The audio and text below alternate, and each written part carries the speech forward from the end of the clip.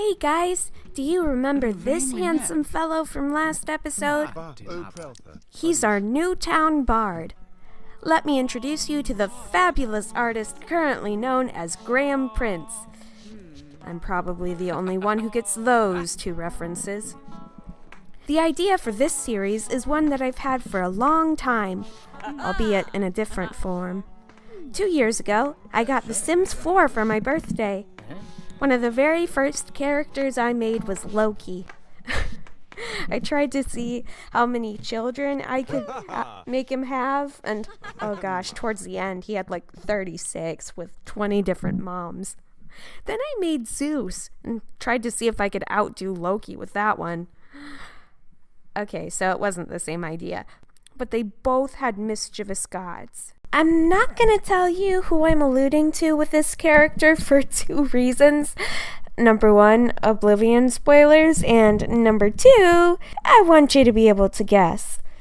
Although I will confess that Graham looks more like Vincente Valtieri than either of them. I didn't really have a plan for how this character was going to look. I wasn't sure what to do because I had a bunch of different ideas rolling around in my head.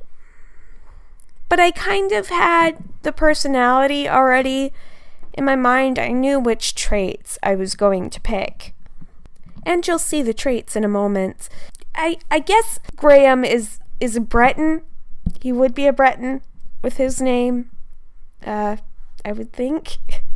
It's not really a lore-friendly name, I don't, I'll just call him a Breton. Say that's good. Poor Bretons. They're just I don't know what you call them. It's like if it's too normal sounding, you just say, hey, it's a Breton. Because you can't have, having normally English names don't work with any of the other races because, well, obviously they're not called Bretons. They're called something else.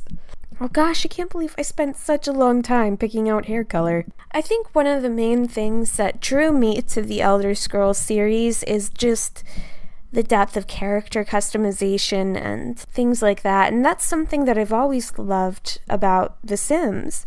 So I really wouldn't have gotten to these fantasy games if it hadn't been for The Sims, I think. It's just so much fun dressing up your character and making them look really cool. And let me tell you, for years after I did start playing RPGs, I wouldn't play it unless it had a character creator thing. I'm not gonna just be your stupid guy. No thank you. What are you talking about? I want to be like a pretty princess who smashes people's skulls. Hey, I'm kind of sorry I'm not my normal, more coherent self. Most of the time when I do these videos, I have a script and I don't really waver much from the script, so going off script, it's really different for me. And besides that, I haven't been feeling super well lately, and I'm trying to push through that and still get some videos out, though I'm sorry if they've been later than normal. I hope you guys really are enjoying these things, though, because I know it's a bit different from the Skyrim stuff. And here I'm picking out the traits. I knew he was going to be bloodthirsty. That's another hint. Dedicated. Yes. I figured that made sense. And an orphan. Yes, those are your 2 hints. Dedicated, 3. Oblivion, dedicated, orphan, and bloodthirsty. And the name. The place didn't need a whole lot of touching up. I couldn't figure out much to do with the bard stage. Also, I don't think I was really up for it. Just we could use some tables, but whatever. Well, it's good. Thank you guys for watching. And I hope you guys have a great rest of the day.